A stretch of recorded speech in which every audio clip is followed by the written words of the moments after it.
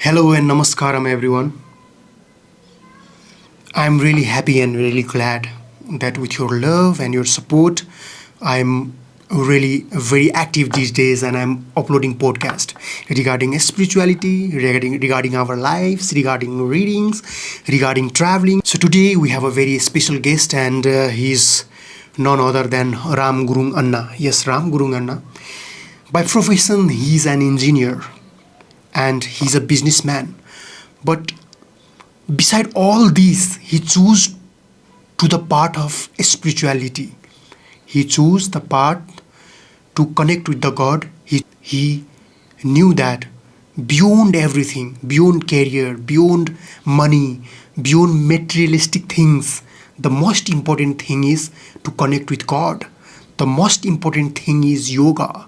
The most important thing is to be happy. And he chose this path, the path of spirituality, the path of he's a Isha meditator, and he has a very deep knowledge, guys, very deep knowledge. Throughout the podcast, it was goosebumps. The way he speaks, the way he's reflect his energy, and the way he's reflect his knowledge towards us. It is really amazing, guys. Give me feedbacks, give me suggestion, because you are the one who puts value and motivate me to make more and more podcast.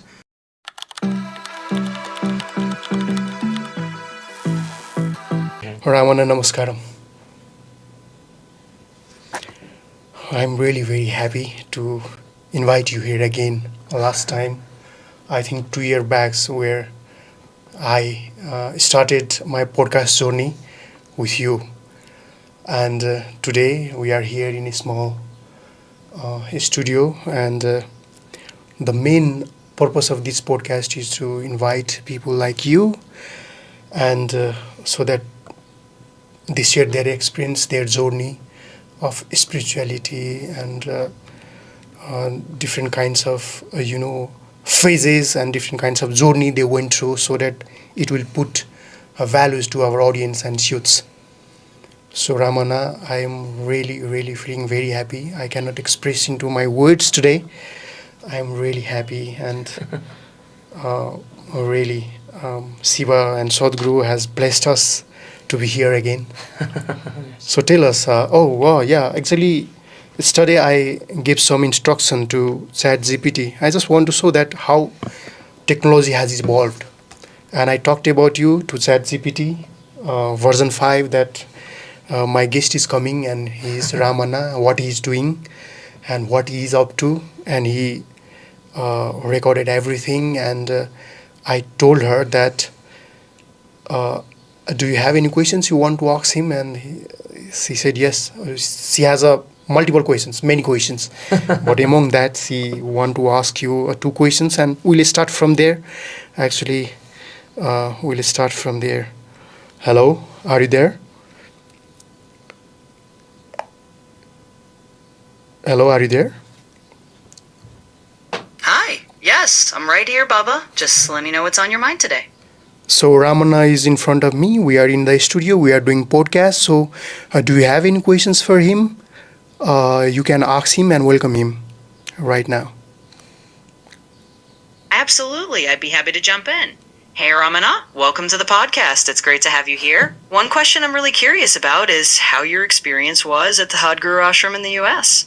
And maybe a follow-up, what was the most memorable moment for you there? So feel free to share. So we'll start with this one. Okay, thank you very much to both of you for inviting me, Vijana, as well as, I do not know her name, but ChatGPT version 5 as of now. So thank you very much. This is one of many podcasts that we did in various different languages. Thank you very much. So basically, to jump off with the question, I hope that we are continuing from the podcast with the premise that you guys know a little bit about me. So recently, I went for the Lingavaravi Devi consecration in Tennessee, the III, or also known as the Isha Institute of Inner Sciences. So to share my experience, this was not my first consecration to attend with Sadhguru. This was my 4th one. So the first one, of course, like I think Vijayan also participated. There were like a Naga consecration, a Linga Devi temple in Nepal, and there was a Yogeshwara Linga consecration also in Bengaluru. So there were many. So of course, one of the greatest was Sadhguru bringing the divine femininity into US, and he took us through like many other processes. But the most memorable experience would be, after the consecration, visiting the temple for the first time for the darshan, and she's reverberating like crazy. Although, like, if you guys do not know, if you have not been to the ashram, like, it is a 2-story temple complex, and the vision of Sadhguru is tremendous. That I would like to, share that, something, because Tennessee III ashram is very old. It's not new. Maybe people are now knowing about it, but it has been there for decades and decades, like Sadhguru has been building it. And most of us were unsure that like why he built that ashram initially. Initially, he consecrated the Adiyogi over there. There's a linga on the top of the, like I mentioned, there's a 2-story building. And on the top, like, it's reverberating. It's crazy kind of linga. I think, like, many other linga that we see now, like, which is still alive, would have been like that at one time. But, of course, like, because of the maintenance, lack of maintenance, like, they have been, slowly waning out with their energies and everything. I will not go into that one. It is going to be a big topic, of course. But in terms of the III, the linga is very powerful. You don't even need to go very close, like it's reverberating like crazy. The moment you open the door and enter, it like hits you like that. But like I said, the vision of Sadhguru is quite crazy, because he announced about the Linga Devi project only a few years back.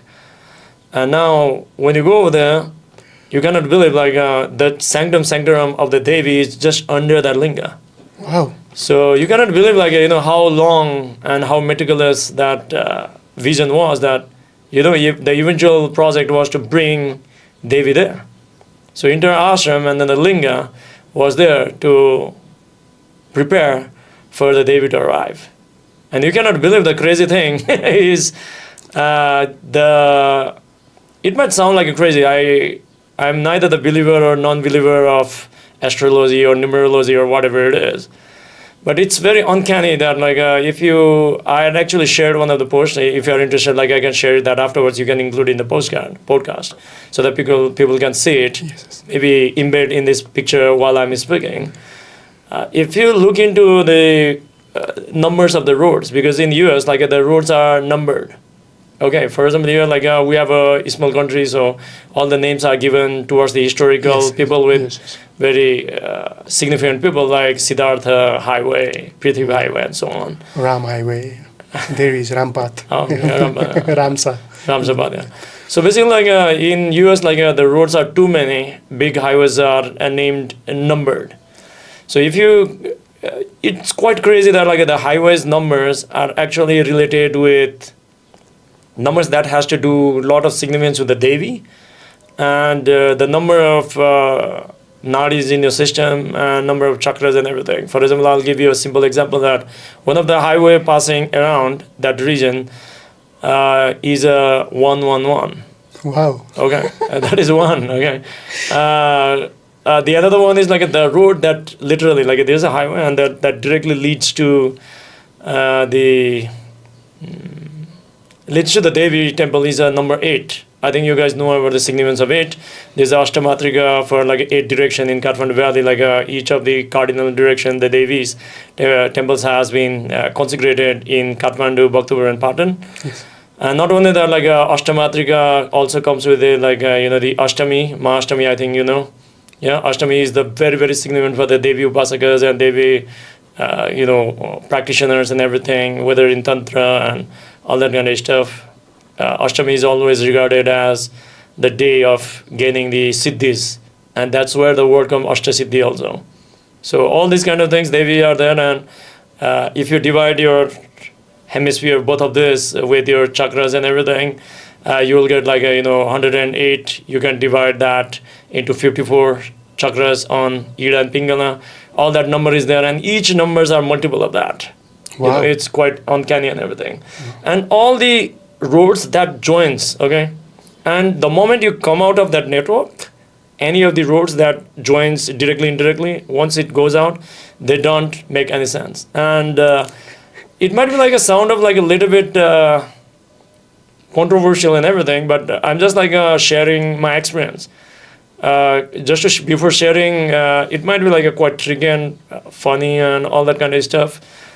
I'll share like a little bit different thing than this one. Recently, like we went to Chicago. Because like the place is important from the context of the Jiddu Krishnamurti also, because when the Theosophical Society of America, when they wanted to find this ultimate guru, what Buddha refers as a Maitreya or the future master, so they came to India and then they found out a few of the kids who they found maybe this might be the possibility. So they brought Jiddu Krishnamurti and his brother to United States, and Chicago is one of the places we visited. That place, that is where they actually trained him and nurtured him in a way. So that was the reason. But another reason to visit Chicago was because a few years back, like I saw one of the Nepalese person, like who I think like is working as a professor, actually found the necklace of Talesu Bhavani in the Institute of Art Museum in Chicago. So, and Talesu Bhavani, for me, it has got like a big role and everything. I would not want to go too much into that one, but somehow like I wanted to have her darshan in the Western hemisphere, you want to say, but there's no Western or Eastern, but in terms of the contextually, if you want to, explain to the people so that they can understand. So I was wondering like, what is this about? And I wanted to have a darshan. So I went to the Institute of Art and there has been like a lot of protest and everything. Like we do not know like how it end up. There are many reasons. I think you guys know that how many things has end up in different popular museums all across the world. So I just wanted to go there, and then like recently I saw the news that like a lot of Nepalese people living in US, they were protesting and trying to bring it back. But it might sound like a little bit controversial and different thing, but my understanding, I'll tell you, the crazy thing is, I just wanted to have a darshan initially, and I just went. And me and another meditator, like, there are like the Institute of Art Museum is pretty big. And unknowingly, like when we went for the yatra, it was a 10 days yatra, and then on the day one, we went over there, and we found out that like the museum was closed. And what is the possibility, because it's a big one and it has got multiple entrances. Okay, and since we were unable to do that, we continued with our yatra. We went all across the nearly 5 or 6 states of United States, and finally end up in Illinois again, back in Chicago on the final day. Like I had to catch the flight from there, and we went to like an Institute of Art, and we took the train. The train system is very good over there. It's one of the oldest in the United States. And as we got off, and then it might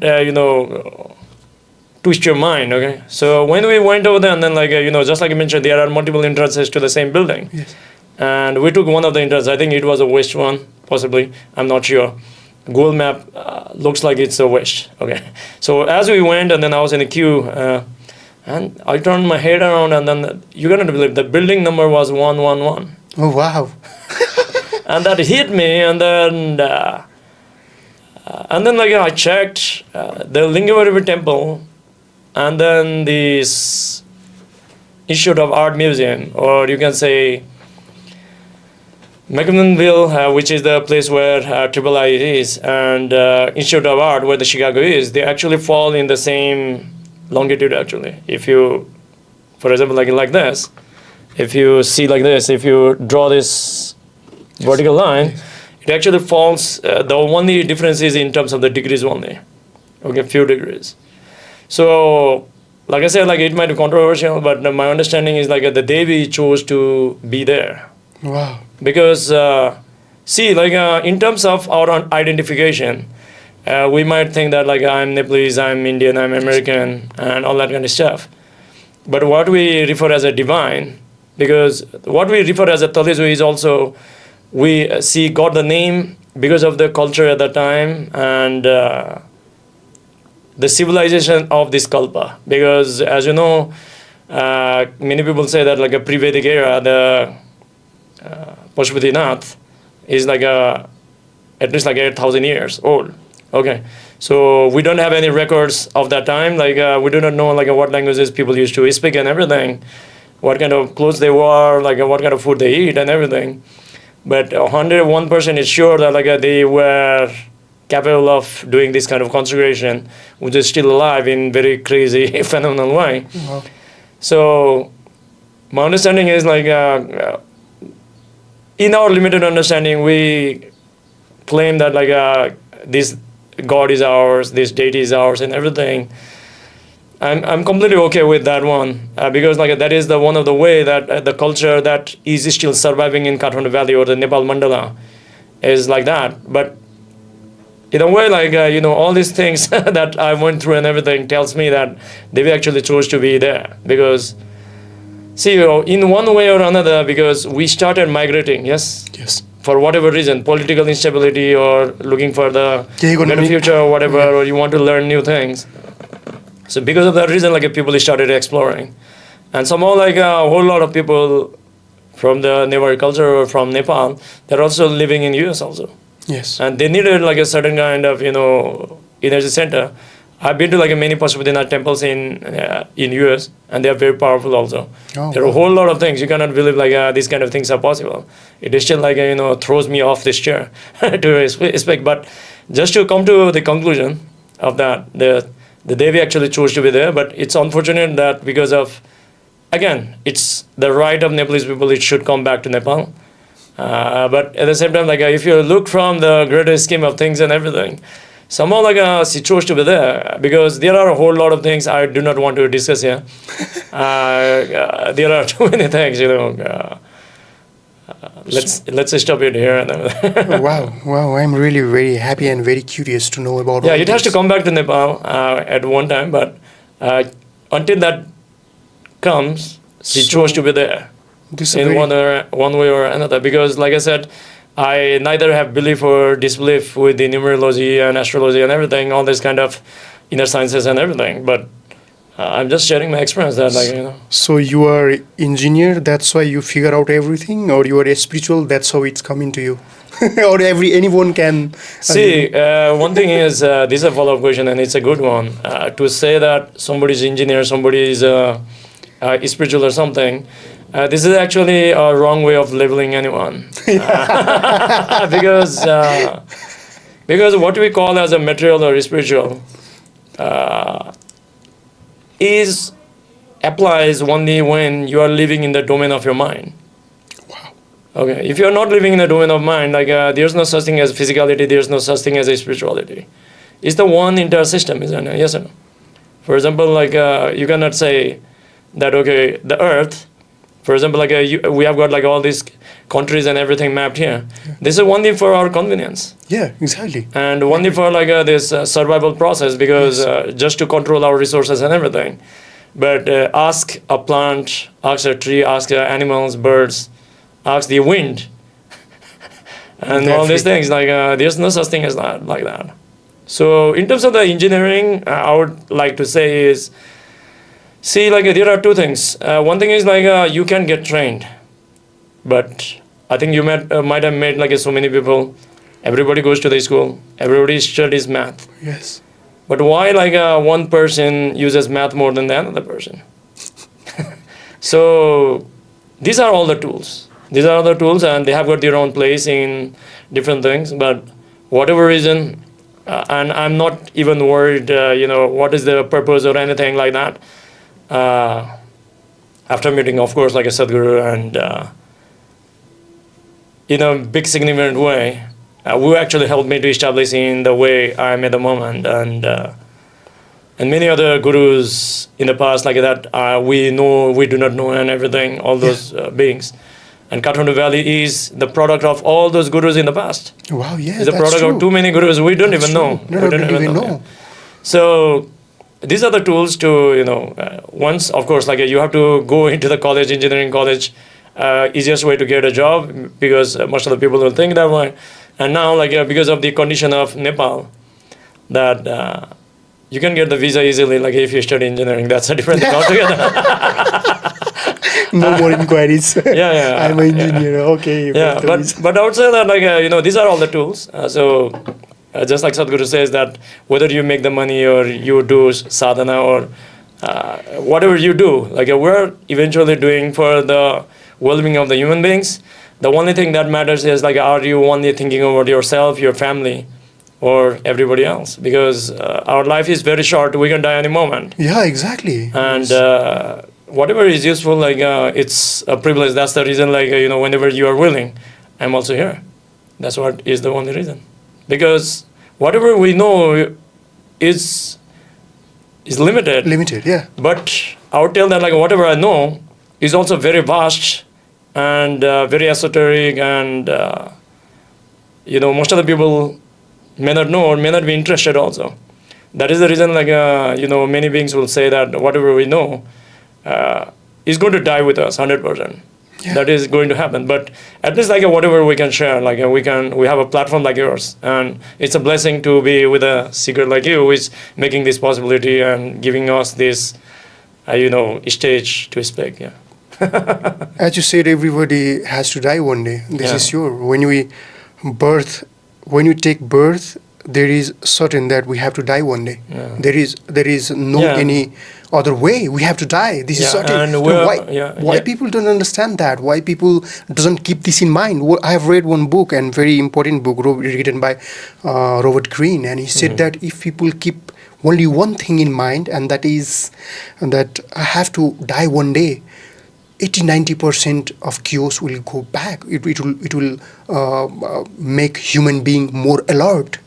He says, what do you want to say, Anna, about this? No, I would see if you want the perspective of the truth and everything, see we are having this podcast and it used to be referred as the Nepal Mandala at one time, and before that it was referred as the Mriga study. It is right there. Ananda Banam, where Shiva used to be there, Adi Yogi, and of course now we have got the second, the most popular open cremation ground in the world after the Manikarnika Ghat. Yes, Arighat is there. Yeah. And that is actually reminding people, that you can die one day. Now I neither agree or disagree with what Greene has said, but my perspective is completely different from his. See, at the stage where people are, majority of the people, 100 people, 100% of the people. I'm not saying that because only through my perception, through my experience of life till this point, but also because I have worked with thousands and thousands of people. I'm not bragging, I get bombarded with a lot of things. I've actually slowed down a little bit now because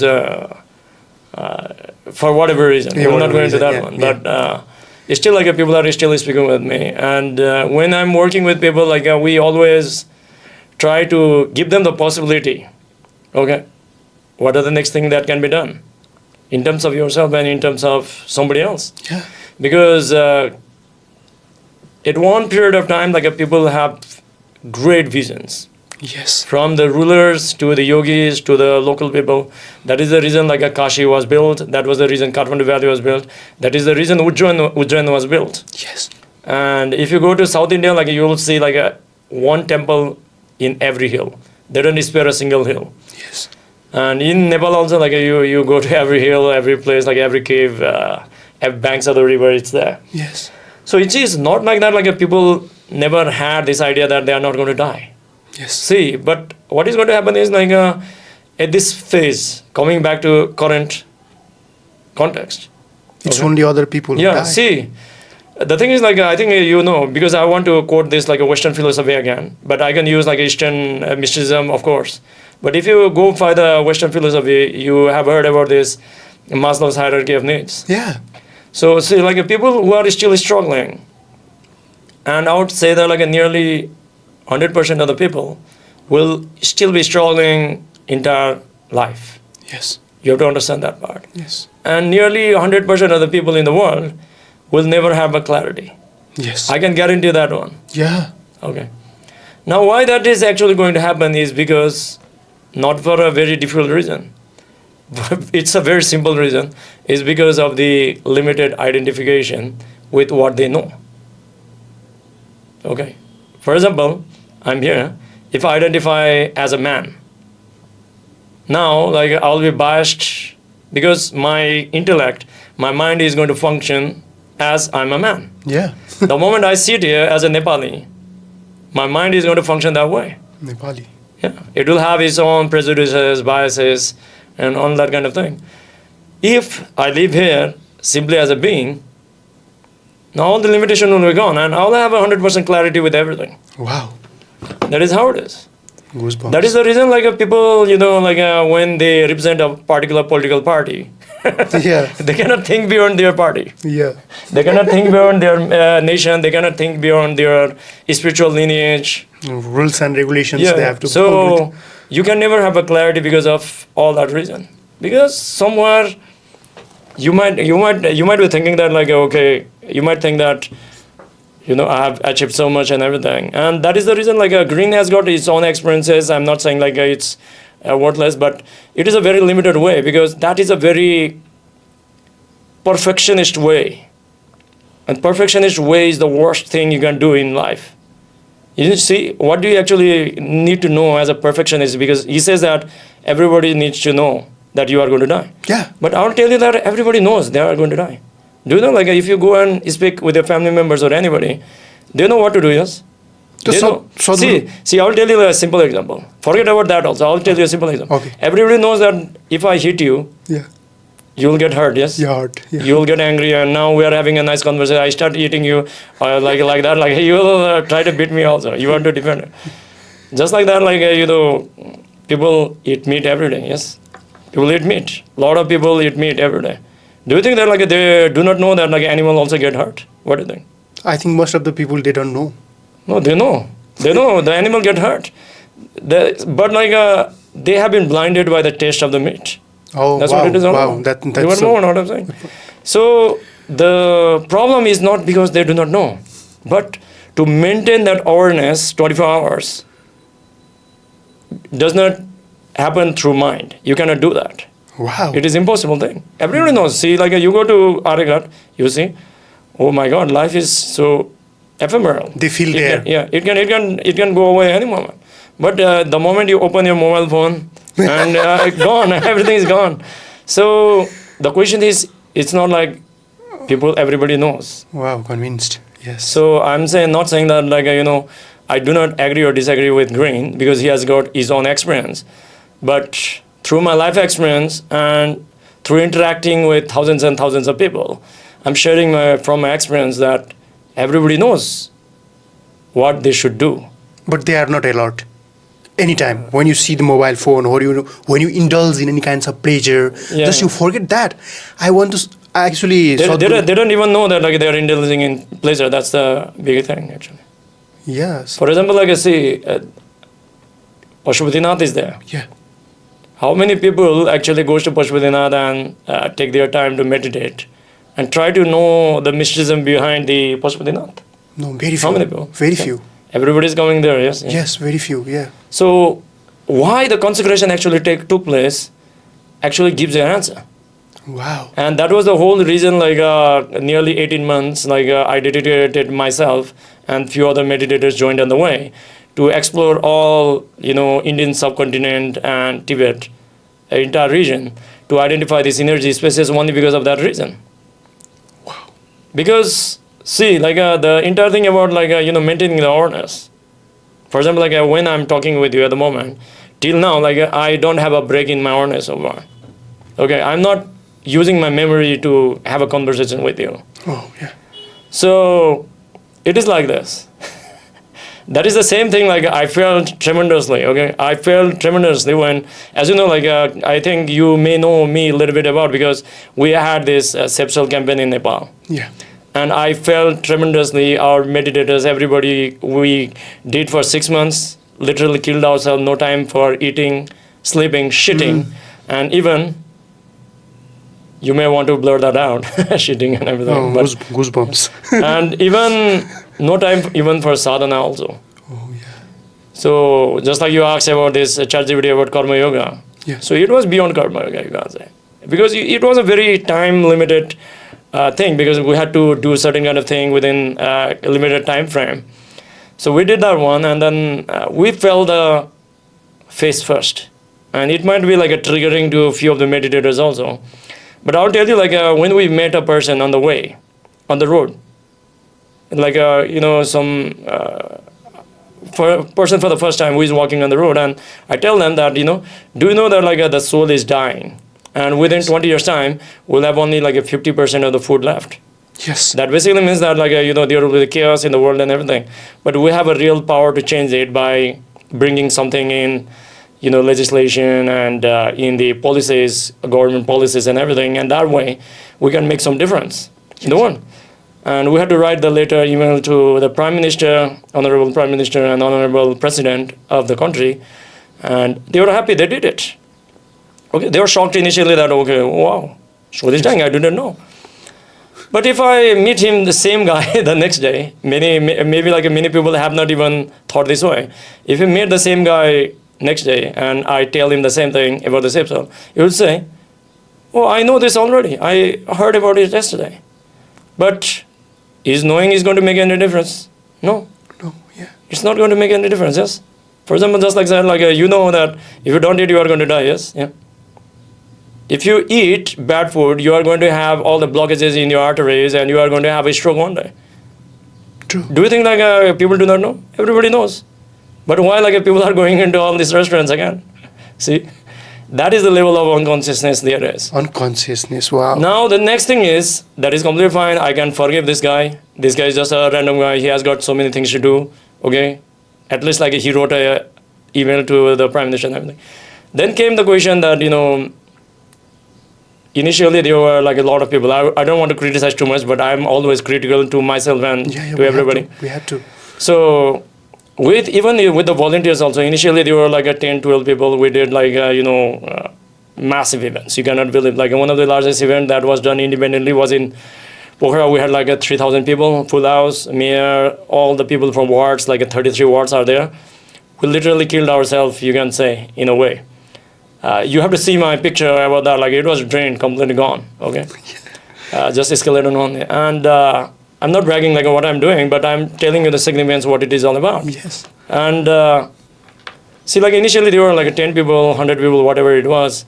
Slowly, when I turned around, like there was nobody left at the back. So my understanding was like, explaining safe well to a non-meditator who is not striving to become conscious makes sense to me in a way. Okay, I can forgive him that much. But when I look into our meditators also, like they are also in the same state. Oh. Now, then like it hit me. Why? Sadhguru is always talking about conscious planet, conscious planet, conscious planet. Because whatever the greatest thing we offer you, if you are not conscious enough, it will go to the West. That's true. Because you cannot maintain that level of awareness and consciousness within yourself. Then whatever comes to you is going to go to the West. And that is where Sadhguru always refers, there are two ways to awareness. The way of the prajna, and there's another way of the samadhi. So prajna is basically means you want to enhance your awareness by yourself. It's just like, just like Bruce Lee said that, I'm not scared of the guy who have practiced so many techniques. Oh, wow. But the guy with like 10,000 kicks. Yes. So it's like Buddhism is basically like sharpening your awareness, you go on. But how many people do you think is committed to that one? And to expect everybody to sharpen that awareness is not a realistic thing to do. Yeah, that is why I say if you try to achieve perfection in each and every one, even Sadhguru says you will die a miserable life. Because what you actually refer as a perfection is basically the better version of what you know, isn't it? Yes? What you know, yes? Yeah. Yes. What you refer as a perfection at the moment, where you are at the moment, what you refer as a perfection is the best version of what you know. Yeah, exactly. But what you know is also limited, yes? Yes. So you want to fit everybody into that idea of perfection. It's a tyranny. It's not practical. Okay? So why I'm saying you this is because the yogis knew that like people cannot do it. That is the reason in Buddhism, like initially people referred it as the Theravada, the genuine form of Buddhism. And many beings, the lineage of the masters after the Gautama the Buddha, they realized that it's not going to work for everybody. So to include everyone, they started with different paths, so like a Mahayana Buddhism, and then come Vajrayana also after like many gurus from different lineages went, and that's how like in Kathmandu Valley is one of the rare places where you can find Theravada, Vajrayana, and Mahayana, and even like you have a different flavor of like Newar Vajrayana is also there. So all these kind of things, because you want to include everybody, because these gurus saw that everybody cannot do it. Yes. Okay, and that is the whole reason. The another path of enhancing your perception comes into something known as the way of the samadhi, and that is where all this consecration comes into play. Now see, 8,000 years ago, we do not know like who are these people, Yes. what these guys were speaking, what language they were speaking, what these guys are reading, and everything.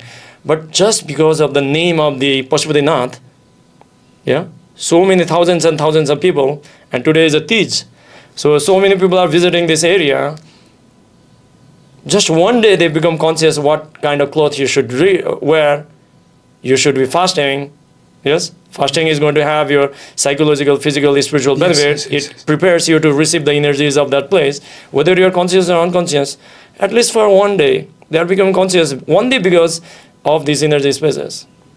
So, yeah, so that is the way, and that is the whole reason like Sadhguru is also planning to consecrate the entire planet, and he's coming with so many Devi temples, and he's planning for like at least 108 Devi temples plus the Sannidhams all across the Indian subcontinent and beyond, simply because like he saw that like people knows what to do, Yeah. but they cannot maintain that integrity, and they don't have the impetus.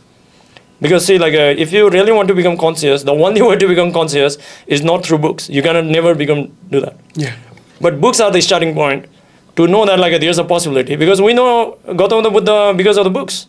We know about the Shiva because of the books. We also know, many people knows Sadhguru about books or even the videos and everything. And like YouTube is also another form of books. And now ChatGPT is also another form of books. Yeah. It's the records and everything. And it's a great initiative that you are doing on. And so Sadhguru saw that like people cannot commit to 40 minutes, so it came down to 21 minutes. And he saw even people cannot do that. It came down to 7 minutes. That's how like he's doing all these projects, so that like people at least know the possibility that you are mortal, and eventually like knowing the mortality is just the beginning. There are more stages even beyond that one. You know the way you are mortal, but eventually you have to come to the point that only your body is mortal, you are not mortal. Okay, that is the whole process of spiritual process. That's the reason like we refer like all the enlightened beings and everyone.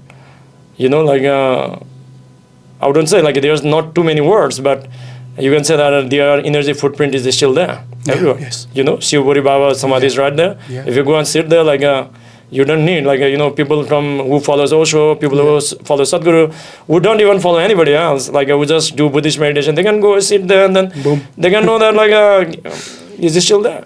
Yeah, we can feel that. I want to take again you Yes, sir. to the Tennessee. So Yeah. how it is different from Isha Yoga Center? There is a huge space that sadhak and meditators are living, or just explain it, Anna. Yeah. So basically, like if you want to ask me and everything, like Tennessee, the possibilities are endless, because in terms of like Nepal, although like it's very fertile and everything, but we don't have much of a land where you can actually grow something or maybe conducive for your sadhana. For example, like we have got a lot of lands in the southern part, but the heat is unbearable, and the weather pattern, the rain and all that kind of things are not good. But if you look into the Tennessee, like I said, like I gave you the different angle. It was the Devi who actually chose that land. Yes. Okay, so I don't want to agree or disagree with anything. Like there's no point of discussion. You can have your own opinion or understanding or something like that. Now, like if you look from the context of the III, you can say that like it's going to be the largest ever spiritual possibility in the world, because it has got whole lot of land, but like Sadhguru has already decided it has got acres and acres of thousands of acres of land, and then I wouldn't say like thousands or something. I do not know the exact number because I have not looked into the number, but Now there's a construction going on of the Isha school. Okay, Yes. Isha school is Umi school is they are building it, and a lot of people have already bought the land, and there's a yogic city is in the plans. Wow. And whatever the land that the is under control, they have bought purchased for the triple I under the control of triple I. You cannot believe Sadhguru had decided only 30% of is going to be used for the ashram. Rest of the land will be left just like that. Oh, wow. For the preservation and everything. And a lot of people are going in, and I think it is going to take time, but it is down to us volunteers that we want to spread this as much as possible so that more people will start moving. And I can actually see that a lot of people will be moving in, but if you realistically ask me, a whole lot of effort has to be done from the volunteers. Wow. It's a big possibility. I would say it's going to be larger than even the IYC and everything, because IYC has certain area limitation because it has got mountains on the side. It cannot grow much because there's a rainforest is also there. But in Triple I, you can expand crazy. Oh, wow. Expand. So people, it is myth or something. People say that when you come to India and Nepal, the whole India is consecrated, Nepal is consecrated because there are most powerful places. But when you are in America or any European countries, there are, you cannot go deep into the meditation, so you cannot feel these kinds of vibes. How it is true, Anna? Yeah, this is the. I would just connect to the. And the people are coming from Europe to the Nepal and India to get meditation, to get sadhanas, to get enlightened, because when you see the past. So what is the truth? Yeah, I'll give you two perspective into this one. This is the same reason we discussed previously the significance of consecration and maintaining awareness. Yes. Now there are two types of seekers. Yes. The type of the seeker who is already established. One thing, Yes. Sadhguru uses the word, said that a self dynamo. Okay. Self Dynamo. dynamo. For example, why you call this a dynamo is because what do you actually refer as a spiritual dimension or the divine at the moment? People can experience only through the reverberations. Yes. If you are receptive enough, where you go, the reverberation is there. If you soak in that reverberation, depending on what kind of energy space you are sitting on, Yes. it is going to behave differently in your system. Yeah. Okay. So, like I said, there are two types. That is the reason, when people went to Gautama the Buddha, he used to give different answers to different people, depending upon which phase they are in. Yeah. So that is the reason, one of the biggest myth. I'll just take this opportunity, because that is the reason Buddha, for the people who are the beginners who have never tested what is a spiritual dimension or something, you should tell people that life is a suffering. But people who are advanced meditators and everyone who have experienced that another dimension, what we actually refer as a samadhi and different states, he said that there's no suffering, there's no happiness. These are all your own creation and everything. You can choose the way it is. Okay? So, likewise, people who are already established, wherever you sit, it is a Kailash, wherever you sit is a Bodhi tree, wherever you sit is a Dhanalinga. So for me, I'm sitting right here, I'm right there. Wherever I'm sitting there becomes a Kailash. Where I'm sitting, it becomes Bodhi tree. So if you have arrived to that state, it doesn't really matter whether you are in this planet or a different planet. It doesn't really matter. Geographic thing has nothing to do with spirituality. But now, the question that you are referring to is for the people who are beginners. Yes. So when you are a beginner, that is the reason a guru is needed, a sadhana is needed, and a guidance is needed, and an energy space is needed. See, I'll tell you a crazy thing, you may not believe, for example, you are living in a family, because in family, everybody has got their own energy footprint. Yes. Okay, they are reverberating in a different way. Now, what you actually refer to the people who cannot maintain the awareness is because their energy, their mind, their body, and everything are in different directions. Yes. They are behaving differently. So because of that reason, there's no integrity in the system. But whenever that's the reason Buddha always said Buddham Saranam Gacchami. That basically means Guru is everything. Buddha means not an enlightened being. He's saying a Guru. Buddha means a guru in this context. People do not understand this thing. Misunderstanding is there. Once he says like a Dhammam Saranam Gacchami, he's saying sadhana is everything. Okay. And the final thing is Sangham Saranam Gacchami, basically means the spiritual community is everything. Because while we are having a conversation, because you thought that like I'm also a Isha meditator, or I'm a spiritual seeker, if you don't put the label of Isha meditator, because Isha meditator is the need of the hour. Okay. You have to go beyond that level also. Okay. We have to be as inclusive as possible, and that's how like a Sadhguru is striving also. So that it is available for everyone. So why I'm actually telling you this is because when you are a beginner and everything, now you are already in that state where you are in a karmic momentum. Okay, why people are going abroad, why people are, wanting to get married and everything, is because it's a karmic momentum, everything. Now, are you going there consciously or unconsciously? That's a different thing altogether. Now, if you become joyful by yourself, let's say you hit that dimension within yourself, which is referred as the Anandamaya Kosha, which has no physicality, no time in space, then you are the Bhuteshwaraya, you are the Kaleswaraya, because you gone beyond the 5 elements, you gone beyond the influence of the time and space.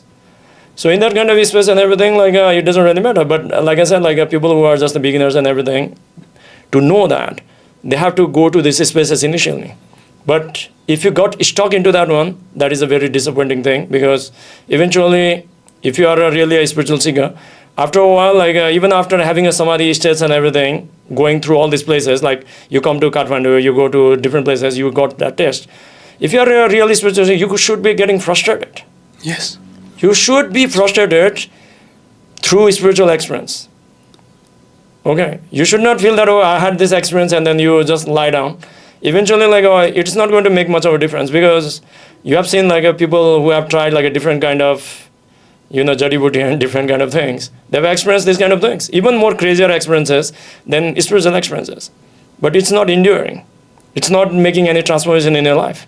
Now you came to Nepal, let's say, you experienced something, you went to Kashi, you experienced something, you go back to your country, now you got frustrated, you come back, you become a slave.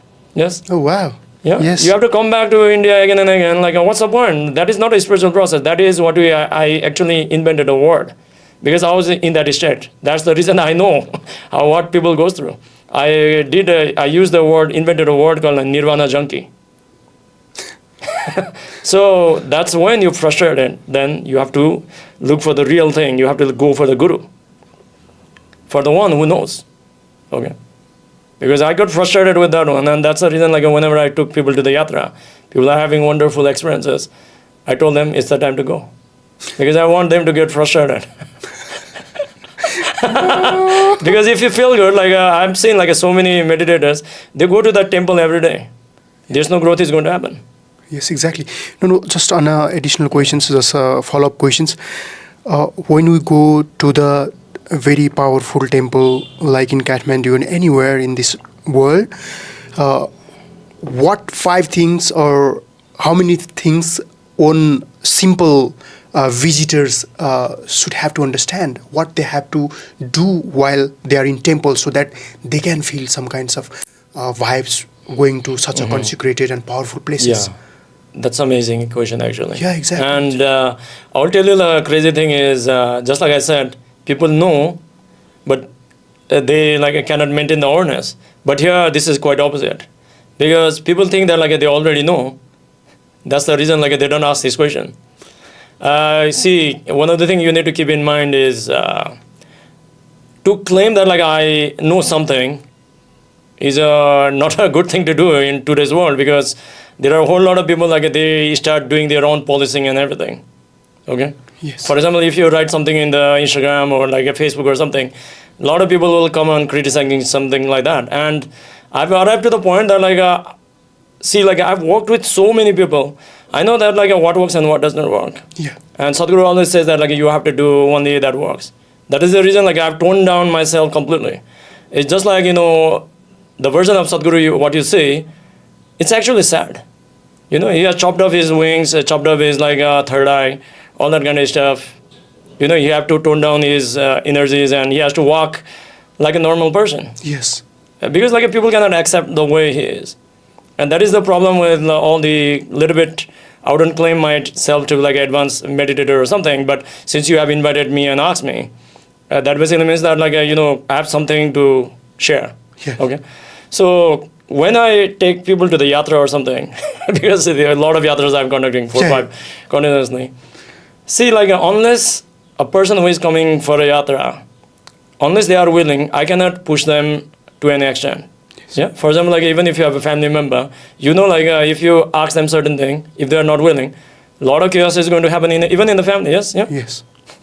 Same thing with the seeker also. So until they do not come and ask me, I cannot tell them certain things because people have come for different reasons. Yes, exactly. They might be tourists, they might be going for something, maybe one more thing to do. I've never been to, like I said, like I've visited like more than 1,000 different energy spaces, but I didn't visit them for my reason initially, for first 18 months. But now I'm exploring without any mission at the moment. So coming back to your question, so 5 different things that you need to keep in mind is first thing. And I think like one of the things, like if you just observe that every energy space in Nepal, India and everything, you will always find a water body around them. Have you noticed? All the temples are in the bank of the river. Yeah. Even yesterday, like we went to, 2 days ago, like I went with Umesh Chandna, he is also a meditator, and my long friend from the time of the colleges. Yeah, I know him. So for whatever reason, like we met, and then like he said, like Anna, like let's go to this Ananta Lingeshwar temple. So we went over there, and you can see a small pond next to that one on the top of the hill. These guys created that. Okay, we do not know like when it was created, who was the yogi. We do not know the caliber. It's still alive, but it has like something needs to be done with that one. Okay, it's still alive, but not to the extent like it should be. Okay, for example, like if you compare with the intensity of the Adiyogi Linga in Tennessee, it should have been like that way on its heyday. Okay. Yes. Now, like a few things. One thing is a water body, which basically means see, like what you call as yourself is a physical body. You know? For example, like even to listen to this one, if you, let's say we have taken you to one buffet, you have eaten and came out. Your awareness to this thing, even mine also would be impacted in a big way. Okay. So, empty stomach condition, but not very hungry. If you become too much hungry, then like you cannot meditate also. Yes. For most of the people. Again, like once you arrive to the establishment of your sadhana and everything, then you can have a full control because you can go to that, you can go into that dimension without using of the external source. Currently, like the question you are asking is, for example, in the winter, do you want to use the heater or do you want to warm up your own body? Okay. Heater is basically using the fire, isn't it? So at the moment, like what you are asking the question is, going to the temple is basically, you cannot generate your own heat. So you want to use the external heat. Yeah, wow. So how to make use of that one? So because of that reason, the first thing is like empty stomach condition has to be there because you are not capable of yourself. Okay. So because of that reason, like empty stomach condition, but don't eat too much. Heavy on the other side. The next thing is like having a bath because see what you call as yourself initially, if you are a beginner or you are just a person who is busy with the family life, it's basically like the 5 elements of your body is having a full control on you. Yeah. And when you call as a 5 elements in your body, the 5 elements in your body, and 5 elements in my body, and 5 elements in whatever you see around, they have got different programming due to their karmic structure. Okay. The water in your body behaves a different way than the water in my body. Yes. So because of that reason, like when you want to go to the temple, you have a bath because in the Ayurveda, there's a word called ama, A-M-A, ama. Ama basically means like every day, just like in the morning when you sleep and when you wake up, you are still alive is because your body went through the recharge. Yes. Okay. It went to the recharge and it downloads its own like a prarabdha for this day, prarabdha karma to keep you going. And with that one, the body also releases all the toxins because it needs to purify it. Yes. Otherwise, it cannot live for a long period of time. Okay. For example, you have a vehicle, you have a bike. If you don't do servicing certain period of time, you don't keep it clean, then like it can get rusted and it can go bad very easily. Yeah. Yeah. So it needs like a certain maintenance. So every day, like your body releases certain kind of waste materials, which is referred as ama. So when you go to the bath or something, you get rid of the waste from your body, so that when you go to the bath, you come to certain integrity to your water element in your body, and which is the maximum amount in the body. 70%. 70%, yeah, or more also, or More less, also, depending less on that also, one. It yeah. Depends from people to people. Yes. But I'm saying you have a bath. First thing. Second thing is see, water element is taken care of. Yes. Food is the another one, which is the earth element. Yes. So when you walk into the temple, walk barefoot. So you have maximum contact with the earth. If it is a very powerful space, then the entire space is also consecrated. That is the reason, I'll tell you, if you visit many of the energy spaces from the past, the temples the temples which has got the closed space and the temples that are inside a cave are actually more powerful because that energy system is reverberating, and that is the reason it is going to hit the space and it cannot escape too far, and the entire granite or whatever it is getting consecrated, it is getting bombarded by that energy 24 hours 24/7. So because of that reason, the entire wall is also consecrated. So even if you remove the linga or any energy space, what is from there, it is going to stay alive for a long period of time. Wow. That is the whole reason, if you visit this samadhi caves and everything, the entire space is getting consecrated that way. So first thing is having a dip, a little bit empty stomach. You should not be feeling heavy in your stomach. The third thing is walking barefoot. Few other things you can do it is you have to close your legs always.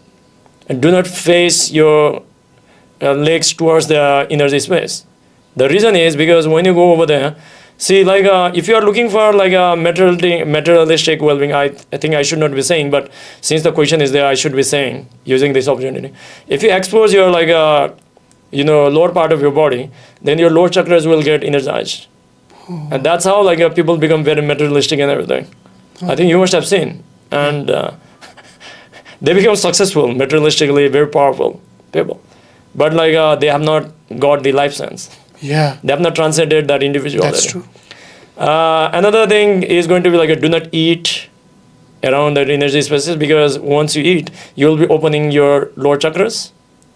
And then that energy does not know any, it does not have any discrimination. It's just like the rain. When the rain comes, you want to say, okay, I don't want to get wet. It doesn't work that way. The moment you go under the cloud with the rain, it is going to wet you. Same thing with the energy space also. So that is the another thing. And another thing can be, if you prepare, if you know where you are going and everything, if you have some something going on. For example, nowadays Isha Sadhguru has given something Isha Kriya is there, miracle of the mind is also there. You can practice that a little bit and go. That is also there. And using the dhupam, that is also very, very powerful for the people who are beginners and everything. For example, for the people who are Kriya yogis and everything, who are receptive and everything, it happens here, you don't need to do. For example, for me, when I go to a Pashupatinath or pass by, even on the road, Pashupatinath knows I'm there. It's not me knowing Pashupatinath there, he knows. It's energy level. Yeah, there is other things also. I'm not going into too much into that one because it is going to let people fly off. That's a different thing altogether. But what I'm saying is a dhupam is the best way. That is the reason you may not believe that even the people in Native America, even now what we refer as the medicine men and people, and even in every culture, indigenous culture, they all have this dhupam is there, shuttle, because it connects the another dimension with that one. Yes. Dhupam is the another thing, and if you want to wear, you can wear the rudraksh, but you need to keep in mind, use only the panchamukhi rudraksh. It is conducive for everyone. Do not try to wear whatever you want and everything. If you are not energizing those rudraksh and everything, can still be a problem.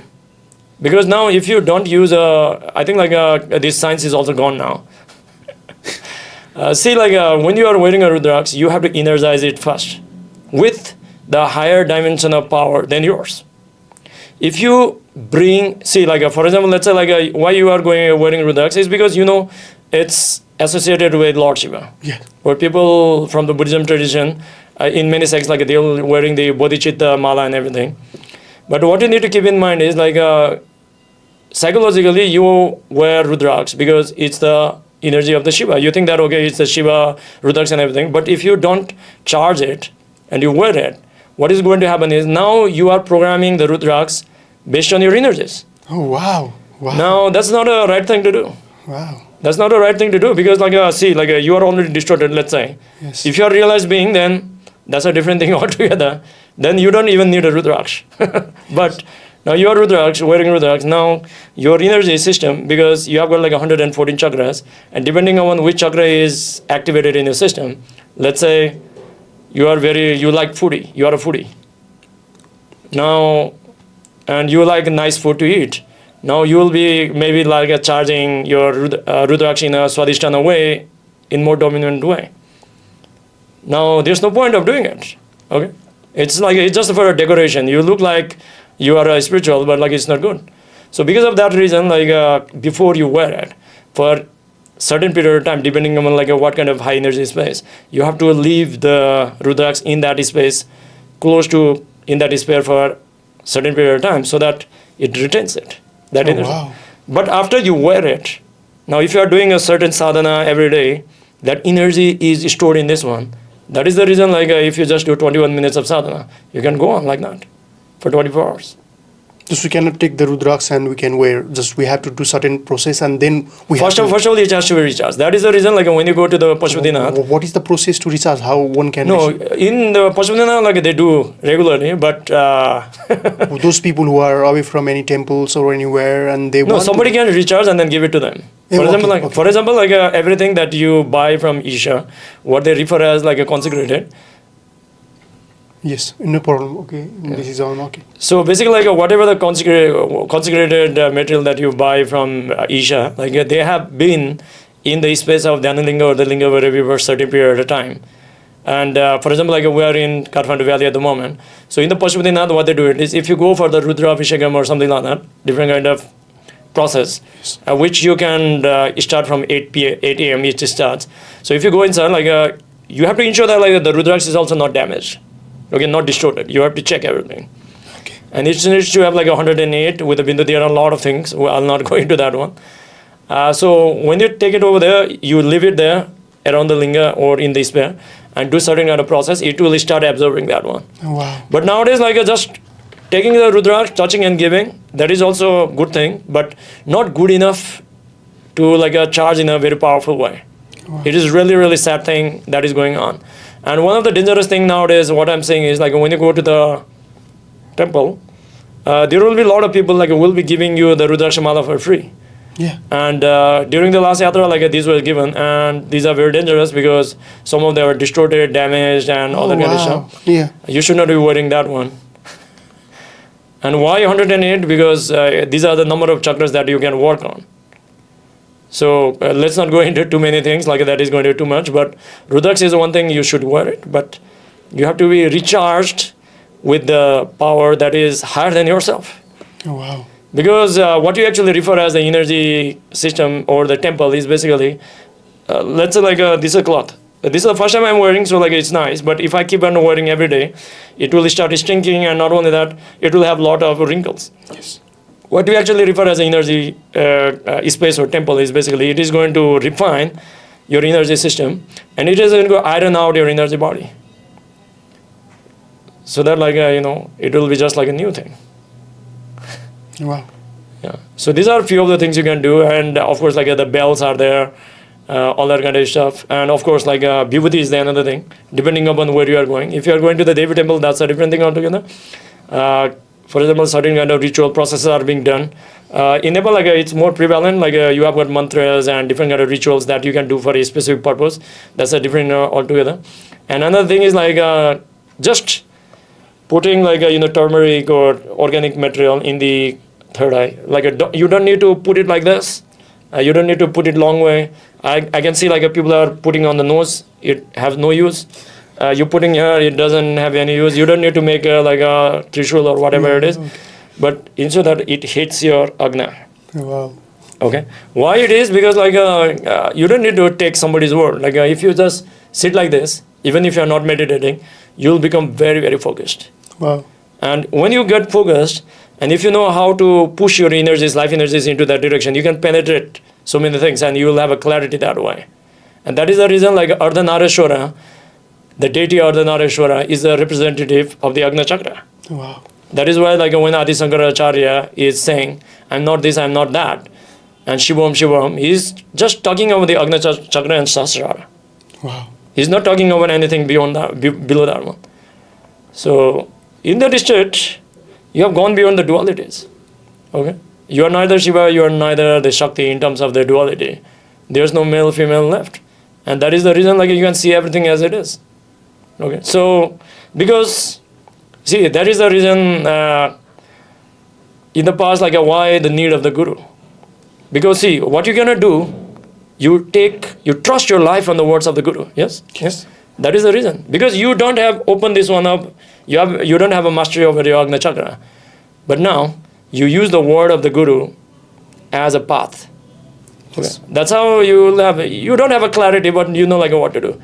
So you need to use this one thing. But if you are a seeker, then what you're going to actually do is here, and behind this, because like these are connected with your Agna Chakra also.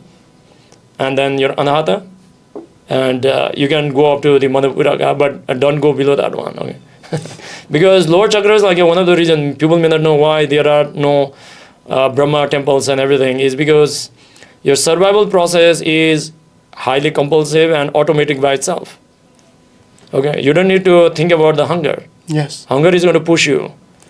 About like marriage and attraction towards opposite sex, you don't need to think about it. Yeah. It is going to naturally push you. So because of that reason, like yogis who want to transcend the physicality, they found out that like these things are happening by itself, so there's no need of energizing or empowering them. So they focused on the upper chakra. So that's how it was. So use vibhuti, like if it is organic, that is the good thing you can do. Yeah. I got the answers because at the point when I was about to ask another questions that you already answered, and I felt that. And yes, we talk about many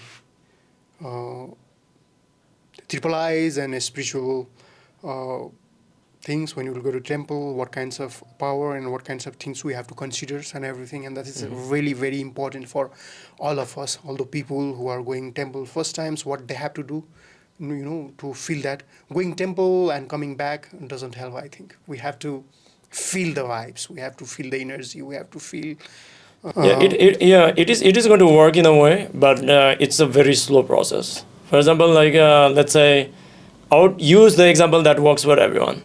When you're in a college or a school or something, for the first time, you fall in love, okay? Yeah. You cannot forget about the opposite sex, and then you think about them all the time. Yeah. It's completely hijacked. Yeah. Now, do you want to see that another person in physicality? Do you want to see them after 10 years, after 20 years, after you have got old or they got old, or at the moment of the death, or you want to see them as quickly as possible? So that is the kind of the urgency you need to have if you want to defeat what you actually referred as mortality.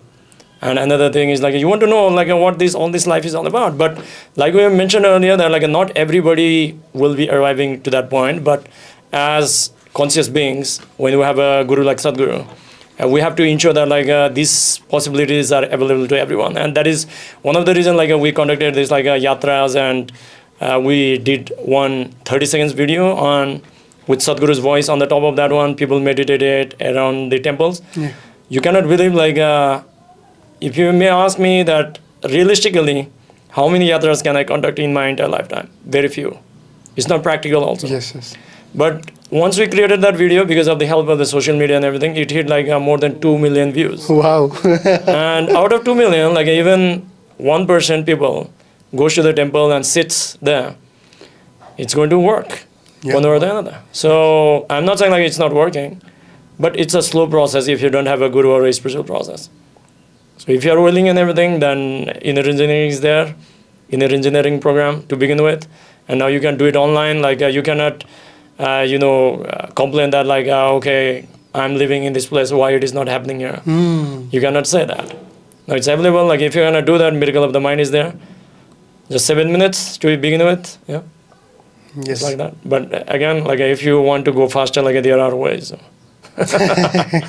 So if you want to visit many powerful places in Nepal and India, Ramana is already conducted the Mandala Yatra. You can visit to his page and you can, contact him. You can DM. Yeah, there's a website called like a Sanidhi.net. Sanidhi.net. Yeah. Yeah, it was a contribution from like a lot of other meditators and everything. There were like a lot of challenges and all that kind of stuff. Just like Anna said, like there's a grace always with us, with Sadhguru and all the beings before us, realized and enlightened beings and many other beings. Without them, like this would not have been possible. Yes. That is the reason, like we have always kept it, free. Like we are not even expecting any donations or anything. We'll never expect, and we'll never know like who these guys were, but. Yeah, we're just like doing one more extension of Sadhguru's and all these beings' work. That's a great job, Anna. That's a great job. That's a great help for all the sadhak who are really want to experience some amazing things with you. Because what I feel is those people who are vibrating, in higher frequency than us, we always have to be with them. As you said, we have to recharge always, and this is a very logical. Oh my God, this every words that you speak that brings goosebump in my. Yeah, really, I feel that. Thank you so much for coming. Thank you so much for giving me this opportunity again to speak with you. I learned so many things, and this is main significant and purpose of my podcast. And I hope to see you again, Anna. Thank you so much. Sure. Thank you.